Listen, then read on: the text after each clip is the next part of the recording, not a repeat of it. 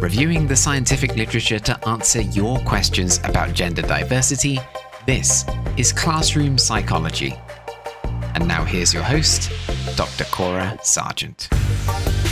Hello everybody and welcome to Classroom Psychology. I'm your host Cora. Thank you so very much for joining me. It is so very wonderful to see you. Hop on in here. It's been a couple of weeks, you guys. It's been a couple of weeks. I don't know if... unless you've been living under a rock, in which case I envy you, because the last couple of weeks have been wild.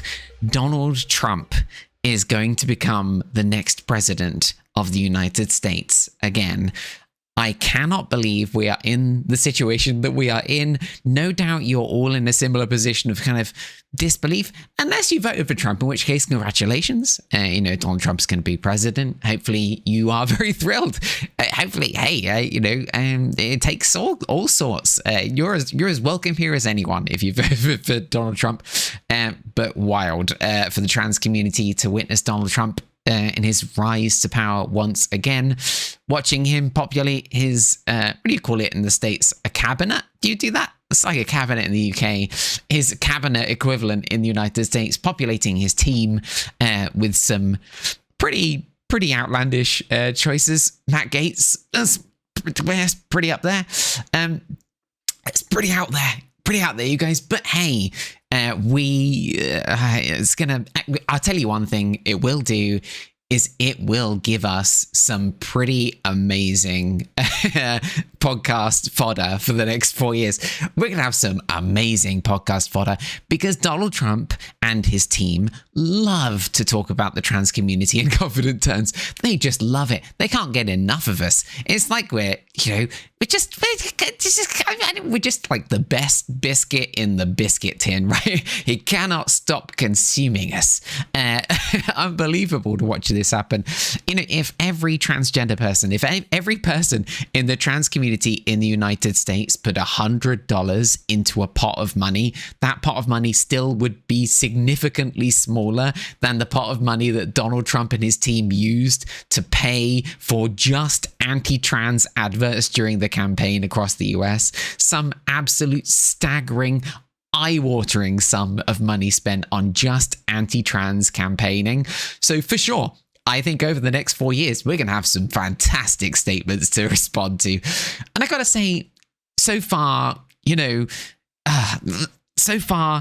those statements have been pretty wild. And they do tend to be pretty direct. And so they're going to make some good questions for us to try to answer because they can, yield some pretty easily answerable questions, at least questions that we can certainly use the science to answer, right? And this week is no different. Before we get there, though, I also want to I want to speak to y'all. I say y'all, I realize that I'm 41, I say y'all, but I say y'all because I was raised in the States. For those who don't know, I was very little. I went to preschool in the United States, almost got to the age of schooling, came back to the UK before that, but I spent the first 4 years of my life in Florida, if I remember rightly. If I remember the story, I didn't remember anything. I remember my preschool, but I don't remember much else about living in Florida. But maybe that's why I have this slightly, maybe you can hear it. Every so often people tell me that I have like a slight American twang to my accent, which I feel like that's kind of cool. Thanks very much. And I use y'all, but I think, I don't know why I do that. That's a weird thing, but I still do it. But hey, I want to speak to y'all, particularly to my gender diverse kin out there. The podcast is now worldwide. Thanks very much for listening. Unbelievable to watch that it's now, being listened to across the world. Lots of listeners from the United States, from Canada, from Australia, from lots of European countries, from Eastern Europe, from Southeast Asia, from East Asia, across the world. People are listening to the podcast. So you are exceptionally welcome here. Welcome. We're actually down to just 71% of our audience are now from the UK, which is super important. So this is a kind of worldwide podcast. So a lot of folk out there from the United States who are going to be listening.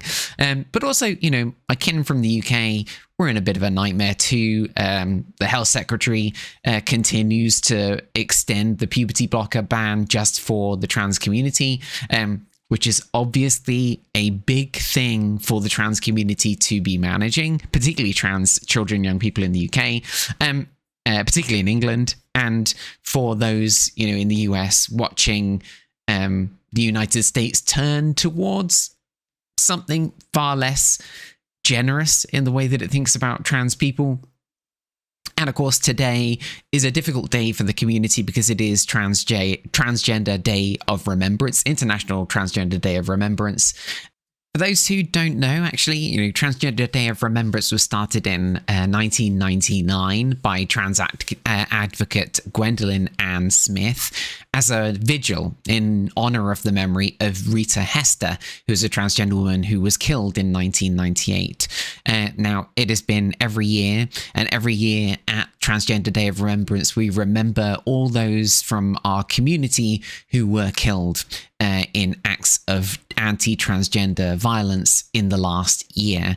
The Trans Murder Monitoring Project highlights that in the last year, 350 transgender people were murdered around the world. And it is critical to know that a lot of these folk who are dying are transgender women of color in particular.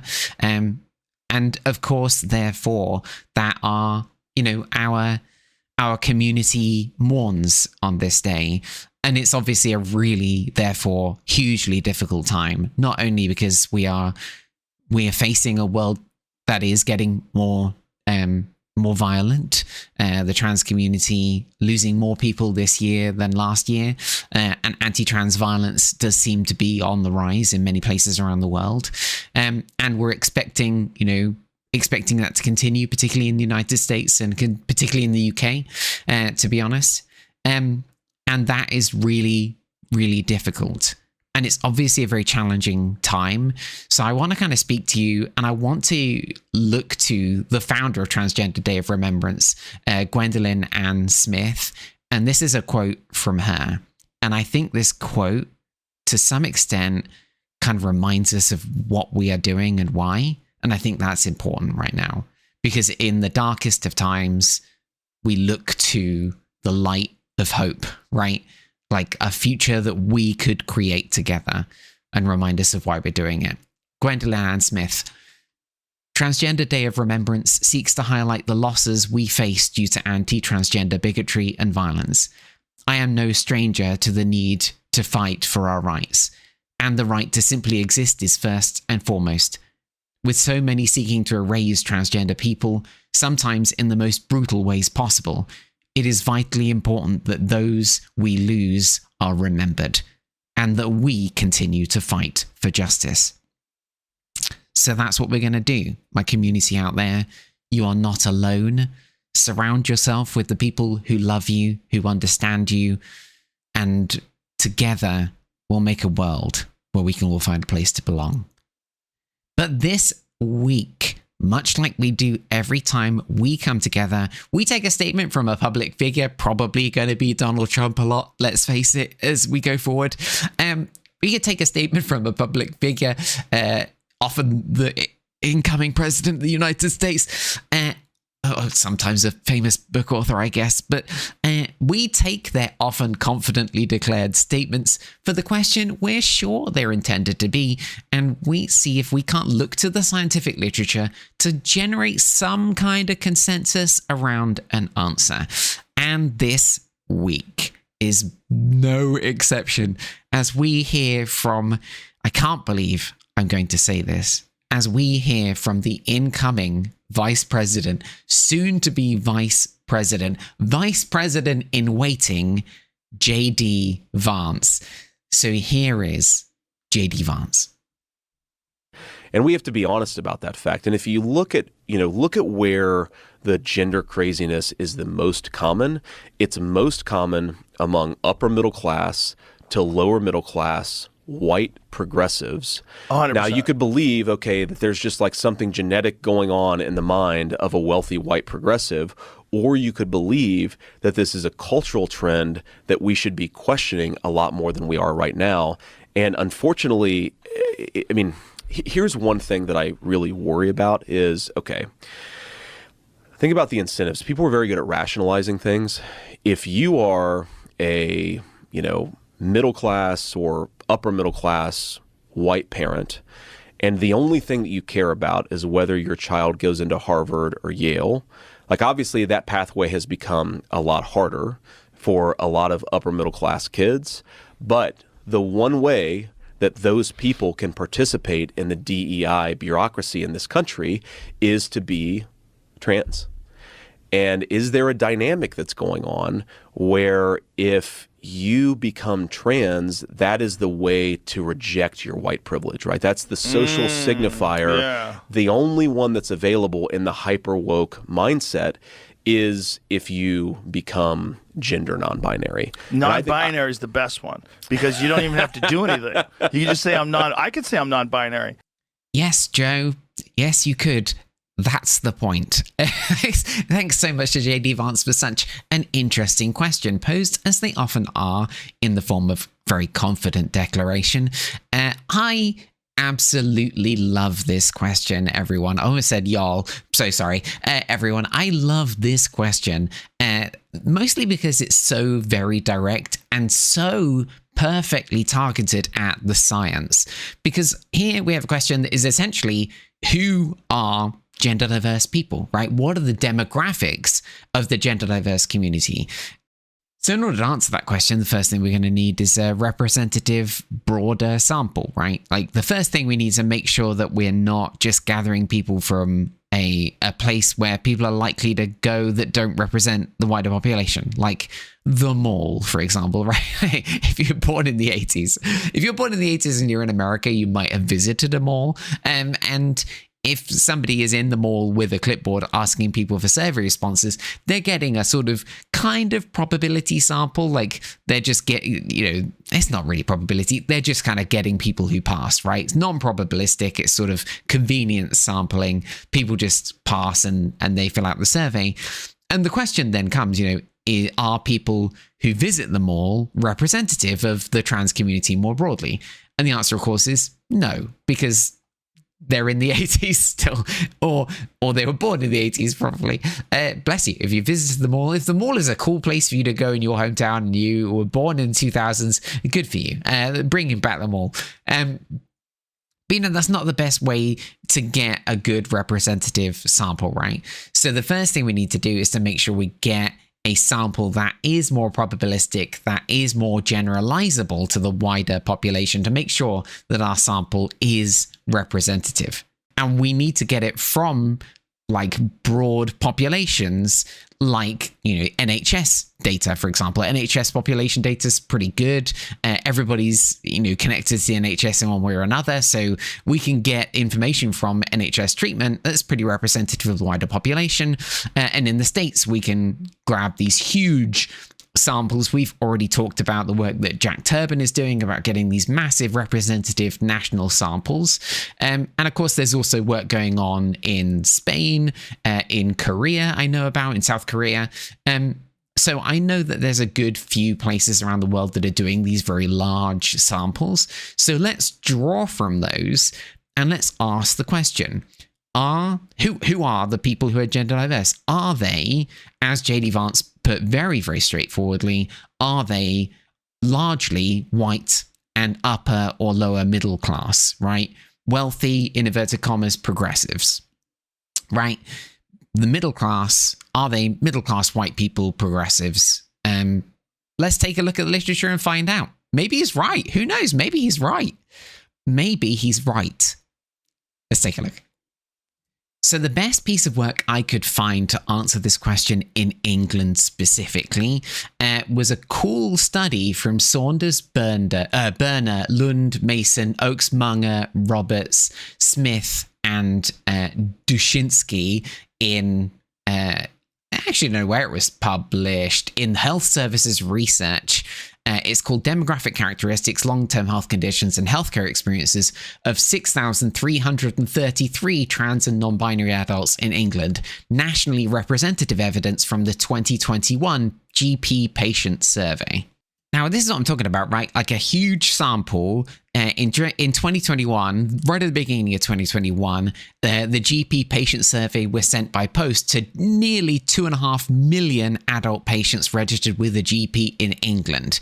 From like 6,500 GP practices, they sent out an a messaged reminder, 2 further postal mailings to people who didn't respond to get as many people responding as possible, which is absolutely huge, right? And then the data was shared with the University of Cambridge, who did the research. And they asked a bunch of questions about like patient experiences, but relevant to what we're interested in, they asked which of the following best describes you: female, male, non-binary, prefer to self-describe, and prefer not to say. And then they asked, is your gender identity the same as the sex you're registered at birth? With options being yes, no, and prefer not to say. So here we have some really cool data around like how many of these people in this massive survey said that they were kind of gender diverse in some way. And we have some demographic data on like who those people then are. So of the virtually 2.5 million people that were contacted, surveys were received from nearly 1 million, which is 850,206 responses were received. So about 850,000 people responded, basically, which is pretty interesting, right? It's a 35% response rate. So that's pretty good for cold emailing people or cold sending people messages. And 36 of those responses were online. So people responded pretty well. Now, of those 850 odd thousand, around 6,333 describe themselves as trans or non-binary, which is about 0.9% of the population, which is super interesting, right? So here we have a sort of fairly nationally representative sample, finding about 0.9% of the population were trans or non-binary.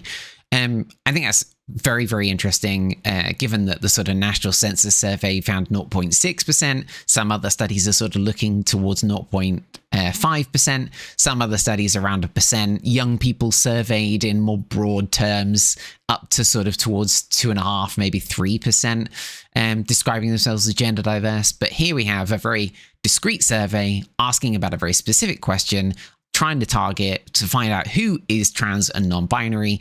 We find that around 6,500 people of the 850,000, about 0.9% said that they were. Now, they looked at ethnicity, they looked at like deprivation and indices of kind of income and poverty. And what they found was really interesting. Now, the first thing is that it turns out the trans and non-binary community are less likely to be heterosexual, right? You know, that's not super surprising there, right? Less likely to be heterosexual. Yeah, sure. Interestingly, so JD Vance is saying, look, most of the people are more likely to be white and from kind of upper, lower middle class communities. Now, this research in England finds that first of all, people who are trans and non-binary are more likely to live in more deprived parts of the country. Now, in part, that's because of their income. And we know their employment status isn't so good. I don't know if actually, we did a kind of episode on employment, but the employment stats for gender diverse communities they're generally lower because marginalization. Welcome to the challenges of marginalization. But here we have, like, the first thing, they're less likely to be heterosexual. They're more likely to live in deprived parts of the country. When we look at deprivation indices, we find that people who are most deprived in the general population is about 20% of the population. Then as the deprivation indices reduce, like there's basically a 5-point scale of deprivation. The most deprived about 20%, about 20% at 0.2, about 20% at 0.3, about 20% at 0.4, about 20% at 0.5, least deprived, right? So roughly equally distributed in the general population between the most deprived to the least deprived. Now, in the trans and non-binary community, there's a heavy bias towards more deprivation. So in the most deprived category, we have 35% of the population. 0.2, like the next most deprived, 26%, 0.3, 17%, 0.4, 12%, and 0.5, the least deprived, only 9% of the population. So we find a heavy bias towards more deprivation, lower income, more deprivation. And when it comes to ethnicity, the picture is very interesting. Totally not what I expected. I don't know what I expected to find, but I wouldn't have been surprised if JD Vance was right, or at least like the ethnicity stats for the trans community would represent the population distribution, but they don't. It's really interesting.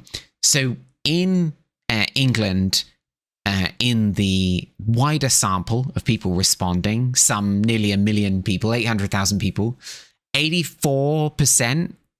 Now, I appreciate that we're using very broad terms here, and there are deep problems with doing that, but it's how the study broke it down, so I can't go into more detail. 1.3% of the population that responded were Asian, 8.5% described themselves as Black, 3.3% were mixed ethnicity, and 2% other. So 85% were white in the broader sample. When it came to the trans and non-binary population, only 54% were white. So this is super interesting to me. I don't know what I expected, but I don't think I expected that finding. 2.8% were Asian, 23.7% were Black. That's absolutely huge, given that only 8.5% of the white... This is all the same methodology, right? This is the same broader sample. Of the broader sample, 8.5% of this broad sample are Black, but 23% of the trans and non-binary sample were Black. Unbelievable, right? Such a huge difference. And then in terms of mixed ethnicity, 7.8% of the trans and non-binary community considered themselves to be of mixed ethnicity compared to 3.3% of the broader population, and other 11.7% compared to 2% of the broader population. So this is a really ethnically diverse community. And when JD Vance says the majority of these folk are white, he's wrong, I think. I mean, technically he's right, but the broader community in England, 85% of the population who responded were white. So, definitely, the majority of people considered themselves to be white in the wider sample. But when it comes to the trans and non-binary community, only 54% considered themselves to be white. So that's a huge difference. And it's far more likely that people will consider themselves to be non-white than in the broader population. So it's quite the opposite of what JD Vance is describing. Super interesting. I will be straight with you. I don't know how to interpret this finding. I think it is possible that, white, wealthier, more privileged participants or people in the UK might be connected to the private healthcare system rather than the GP healthcare system. I think that is possible. But when we look at the deprivation indices more broadly, we can see that, the wider sample were fairly representative of all areas of deprivation, from most deprived to least deprived. So I don't think that holds up as an explanation. So I don't know. I don't know why trans and non-binary communities are less likely to be white. I do not know why that's the case here.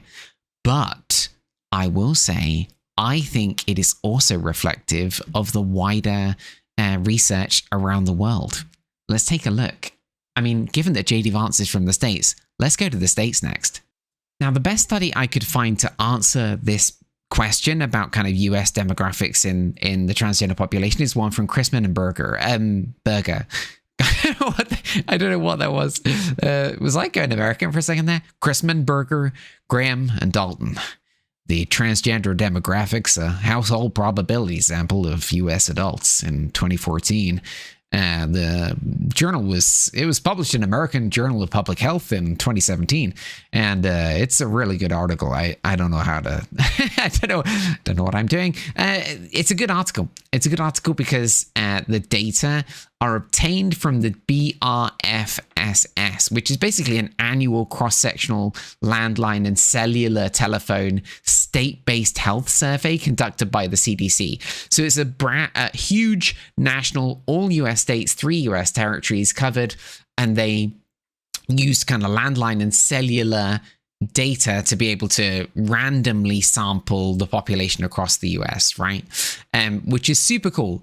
Now, they asked, as well as their sort of regular questions that they ask, they also asked some questions about gender identity in both English and Spanish, which is super helpful here, given kind of how so many states are essentially bilingual states. In 2014, they added this additional question about gender identity. That gender identity module was only adopted by 19 of the states, right? Delaware, Guam, Hawaii, Idaho, Indiana, Iowa, Kansas, Kentucky, Louisiana, Maryland, Minnesota, Missouri, Nevada, New York, Ohio, Pennsylvania, Vermont, Virginia, Wisconsin, and Wyoming. If you live in one of those states, congratulations, your state included the gender identity question. If not, then they didn't. Deepest apologies. A definition of, Texas isn't in there. Well, surprising. Definition of transgender was read to those who expressed any kind of confusion to make sure that people understood the question. Basically, they were asked, do you consider yourself to be male to female, female to male, or gender non-conforming? Didn't have a question about the non-binary community, but bearing in mind this was 10 years ago, although we knew about the non-binary community and the scientific community 10 years ago, it's not something that maybe a lot of people would know how to answer in a wider census 10 years ago. Who knows? Particularly if they're not non-binary. If they're non-binary, for sure they knew how to answer that question. Maybe they're the people that we wanted to grab. So maybe this is just marginalization and nothing else. Non-binary communities were not included here. So the transgender community. So we had in the sample around about 150,000 people. Survey responses, 170 nearly 1,000 people who were asked the question, do you consider yourself to be transgender? And then do you consider yourself to be male to female, female to male, or gender non-conforming?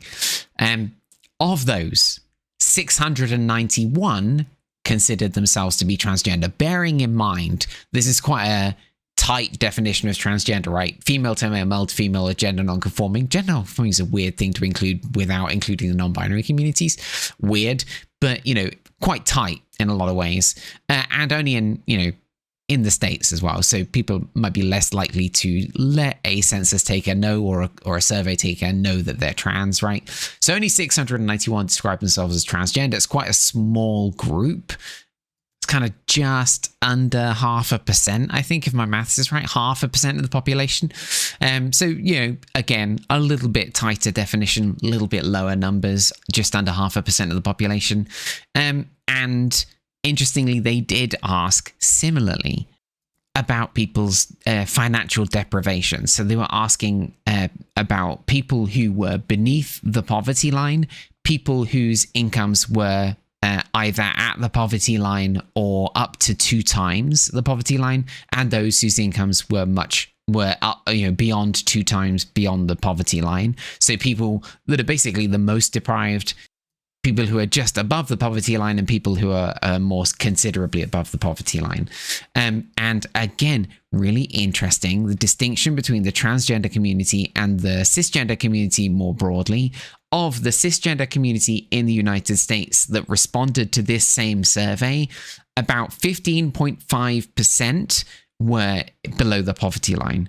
25% were in that kind of 100% to 200%, that sort of just above the poverty line range, 25%, and 60% were in the well beyond the poverty line, beyond 2 times the poverty level, right? Their incomes were 2 times the level considered to be impoverished. So 60% were well above the poverty line, 25% were just above the poverty line, and 16% were below the poverty line. Now, of the trans community, only half, compared to 60%, were well above the poverty line. 40% compared to 25% were just above the poverty line, and 35% or 34% compared to 16% were below the poverty line. So the trans community, again, much more likely in the United States to be below the poverty line or just above the poverty line compared to well above the poverty line. Oh, and again, compared to cisgender people. About, this shows it's over twice as likely. People from the trans community in the United States are in these 19 states where they actually ask the question, are more than twice as likely to be below the poverty line. Now, we've got to bear in mind, of course, that these are not necessarily representative states, right? These are the states who are willing to ask the gender identity question. And, some of the more conservative states are not represented here. So, in the states that did ask the question, amazing that California isn't among them, of the states that did ask the question, most are kind of smaller rural states. Wyoming, Vermont, and Idaho, I think, are quite small. There is some ethnic diversity in some of these states, but some kind of lack the large Hispanic populations more representative of places like California, which I'm super surprised isn't included here, and Texas and Florida, which I'm less surprised is not included here. I think most of them are kind of a mix, or at least were a mix of kind of left-leaning and right-leaning, or Democratic and Republican. So the representativeness of the sample is weaker here. But it's still really, really interesting. Of the data that we do have from the United States, 19 states represented a mix of Democrat and Republican, a mix of smaller and larger, but, a preponderance of smaller states, and missing states like Florida, Texas, like California, which are important because they have a larger Hispanic population. We can say that, the trans community is absolutely not more likely to be from the middle class, in inverted commas. They're more likely to be below the poverty line. And in terms of ethnicity, again, super, super interesting. So in the wider population, we find that about 73.2% of the cisgender population, 150,000 people responded from these 19 states, 73% were white, non-Hispanic. 12% were black, non-Hispanic, about 7.5% were Hispanic, not 8% other. And when it comes to the transgender community, the transgender respondents here, they were significantly less likely to be white and non-Hispanic. Again, amazing, right? US versus England, completely different group of people. We find the same finding. Of the trans community, only 60% of them were white non-Hispanic compared to 72.7%. 15% black non-Hispanic compared to 12% of the cisgender population. 14% Hispanic compared to 7.6% of the cis population. 11% other compared to 8% of the cis population. Amazing, right? We find once again that this is a more ethnically diverse sample than the cisgender population, the non-transgender population. Non-transgender population more likely to be white than transgender population, which is, again, the opposite of what J.D. Vance is suggesting here. Now, again, in the wider literature, as I take a look, there are a couple of things that are also worth pointing out for the trans population. They seem to be they're less likely to be employed. Their incomes are going to be lower and they're less likely to be employed. They have lower rates of college attendance and they have lower education status, probably because of marginalization. And they are more likely to be racially diverse in all the studies that I could find, bearing in mind that there are a couple of studies, like there's one that's really interesting from Ireland, from Kearns, O'Shea and Neath, transgender and non-binary demographics, referrals, and comorbidities among young Irish adults from 2014 to 2020.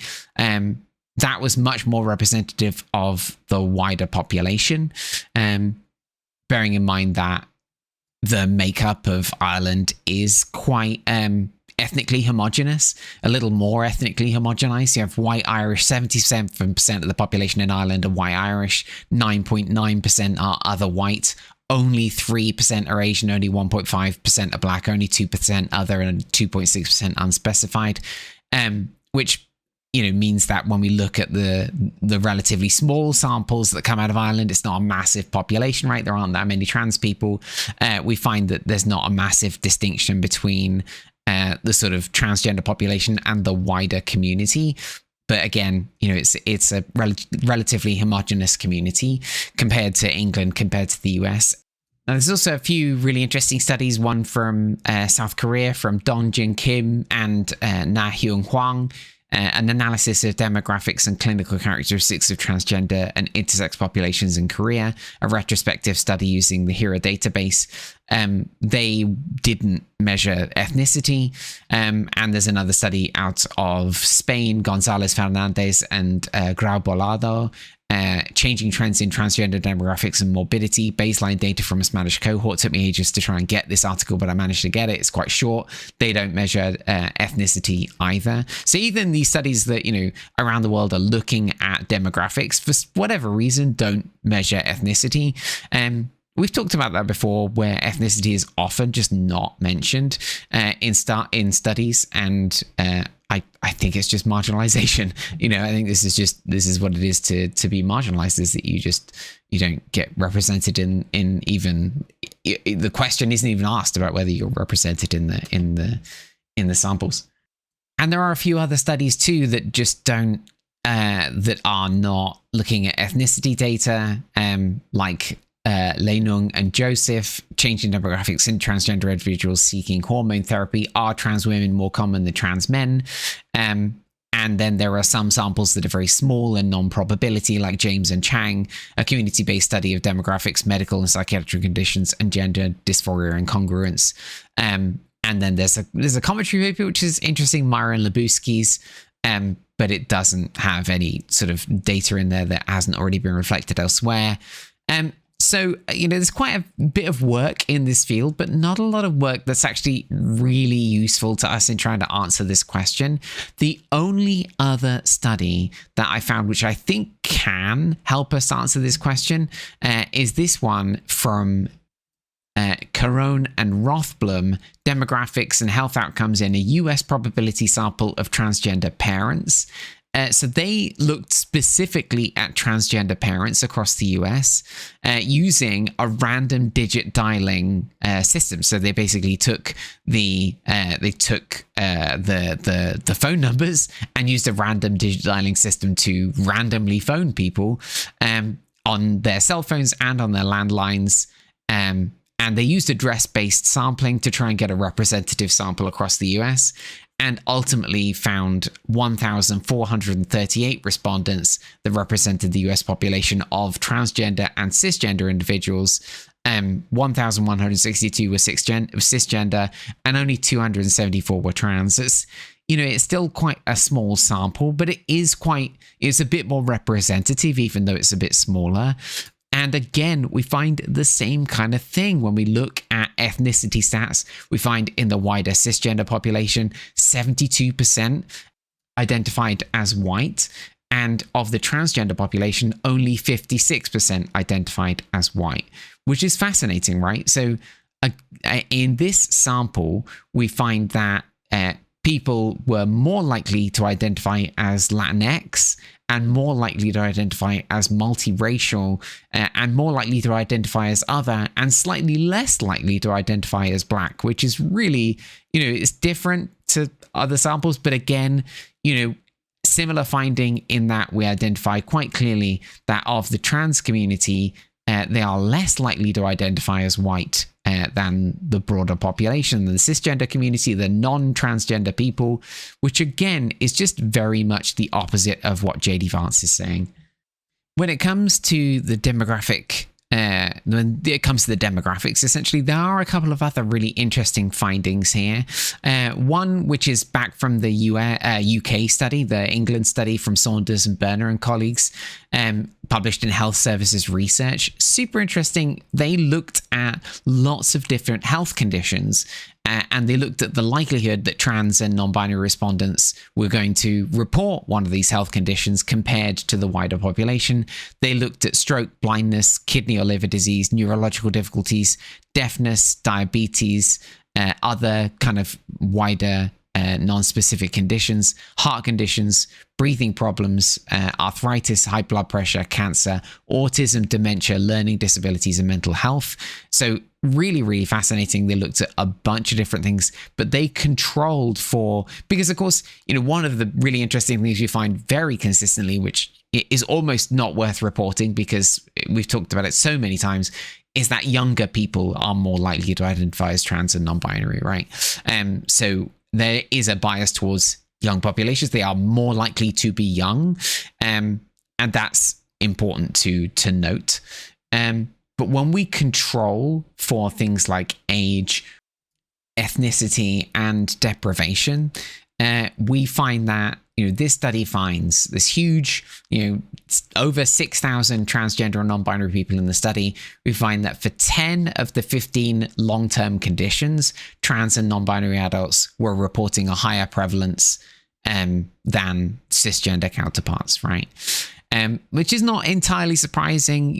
When we talk about minority stress theory, we know that marginalized communities are more likely to experience health conditions as a consequence of the experience of marginalization. It has health implications long-term as well as mental health implications. And again, we've also talked a little bit about, they did measure autism here, and we do find an overrepresentation of autism and other kind of neurodivergent experiences within the trans community, and a greater representation of gender diverse experiences within neurodivergent communities. We've talked about that. I had a cool episode looking at Rubes Walsh's work in the past. Very cool episode. Go listen to it if you haven't heard it already. I love it. So it's no surprise here that we find that the sort of odds ratio of experiencing autism if you're trans and non-binary is like 5.8 times higher than for cisgender people. So yeah, there is a massive overrepresentation in terms of autism, but there's also a higher likelihood if you are trans and non-binary of experiencing dementia, of experiencing learning disabilities, and of experiencing mental health conditions. Trans and non-binary respondents were 30% less likely to report no long-term health conditions after adjusting for age, deprivation, and ethnicity. Super important. So this is obviously a community with a higher rate of health conditions and mental health conditions. So what can we say about the answer to JD Vance's question then? That's the real question here, right? So JD Vance, the question is, who is the transgender community? Who is trans and non-binary in the US, in the UK, around the world? And are they, as JD Vance suggests, mostly white and upper, like higher middle class or lower middle class? The answer to that question is no. They are not. In fact, very interestingly, I did not expect to find this. I know this literature fairly well. I did not expect to find this. I thought we were going to be more representative of the wider population, but we are not. It seems that trans and non-binary folk, specifically in England and in the US, are less likely to identify as white than their cisgender counterparts. Really interesting. They're also more likely to be younger. They're also more likely to have health conditions and mental health conditions. They are also, importantly, more likely to experience deprivation, right? So they are absolutely not the wealthy progressives on the whole, that wealthy white progressives that JD Vance is highlighting here. That is clearly not the case. They are less likely to be white. They are less likely to be wealthy, and they are more likely to be deprived. And I have no idea about their political inclinations, about whether they're likely to be progressive. Probably they are more likely to be progressive, but probably because progressives will at least more likely, maybe just mildly more likely, but at least on the paper look like they're more likely to protect our rights, right? So it sort of makes sense that trans and non-binary communities would be progressive because we have our own interests in mind, like when we're voting. So yeah, maybe they are more likely to be progressive. Hey, maybe you got me there, JD Vance. But I have no idea. That research just hasn't been done as far as I can tell. Who knows? But thanks to JD Vance for such an interesting question. I think we've got to a reasonable answer. And once again, these last couple of weeks have been wild. And for sure, the next 4 years are going to continue to be wild. But just know that we will always be here to take their confidently declared statements for the questions we're sure they're intended to be. And we will take a look at the literature to find an answer. And when we take a look at the good, sound science, we find that trans and non-binary people are real. They're here. We are here. And we are not going anywhere. And, hey, I think one things that we can do on this Transgender Day of Remembrance is to remember that we can come together as one community, and even in this very challenging political climate, we'll do what we do. We will bring our kin and kith together, and together we will make a world where everyone can find a place to belong. Thanks so very much for joining me. This is Classroom Psychology. I'm your host, Cora. You are exceptionally welcome here, and I look forward to seeing you, as always, in the next one.